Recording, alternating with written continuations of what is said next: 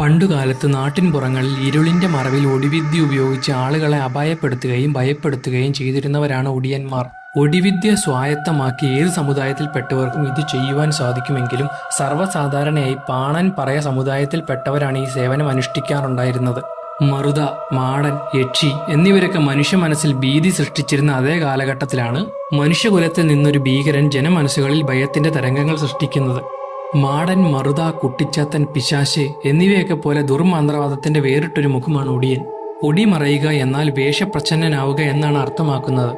രാത്രി ഇടവഴികളിൽ പതിയിരിക്കുന്ന പാതി മനുഷ്യൻ പാതി മൃഗം എന്നതുപോലെയാണ് പ്രത്യക്ഷപ്പെടുന്നത്. ചില പ്രത്യേക പച്ചമരുന്നുകൾ ശരീരത്തിന്റെ പ്രത്യേക ഭാഗങ്ങളിൽ പുരട്ടി മന്ത്രം ഉച്ചരിക്കുന്നതനുസരിച്ച് ഒടിയൻ കാള, പോത്ത്, നരി, മാൻ അല്ലെങ്കിൽ അവർ ആഗ്രഹിക്കുന്ന രൂപം ഏതാണോ അതിലേക്ക് മാറും. വിവസ്ത്രനായി ശുദ്ധിയോടെ ചെയ്യുമ്പോഴാണ് ഈ പ്രവൃത്തിക്ക് പൂർണ്ണമായ ബലപ്രാപ്തി വരുന്നത് എന്ന് ഒടിയന്മാർ വിശ്വസിച്ചിരുന്നു. ഒടിയന്മാരുടെ ശല്യം ഏറ്റവും കൂടുതലായി അനുഭവപ്പെട്ടിരുന്നത് പാലക്കാട്, തൃശൂർ, മലപ്പുറം ജില്ലകളിലായിരുന്നു. ഒടിയന്റെ ശല്യത്താൽ പൊറുതിമുട്ടിയ സ്ഥലമായിരുന്നു പേരടിയൂർ എന്ന ഗ്രാമം. പഴങ്കഥകളിൽ ഒടിയന്റെ ഉത്ഭവം ഇങ്ങനെയാണ്. ജന്മിമാർ കീഴാളരിലെ സ്ത്രീജനങ്ങളെ അവരുടെ കുടുംബത്തെയും വളരെയധികം പീഡിപ്പിച്ചിരുന്ന കാലം.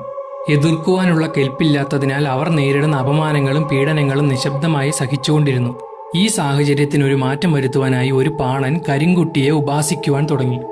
ഒരിക്കൽ കരിങ്കുട്ടി എന്ന ഉപാസനമൂർത്തി പാണനിൽ പ്രസാദിച്ച് അയാളുടെ മുന്നിൽ പ്രത്യക്ഷപ്പെട്ടു.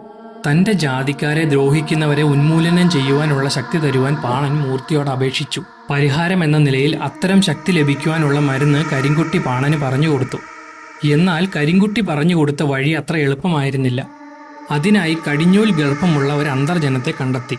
അവർ പുറത്തിറങ്ങിയ സമയം നോക്കി മാസ്മരിക വിദ്യയിലൂടെ മയക്കി മുളങ്കത്തി ഉപയോഗിച്ച് വയറ് കീറി പ്രായം തികയാത്ത ഭ്രൂണം ജീവനോടെ പുറത്തെടുത്തു. അതുപയോഗിച്ച് മരുന്നുണ്ടാക്കുകയും ചെയ്തു.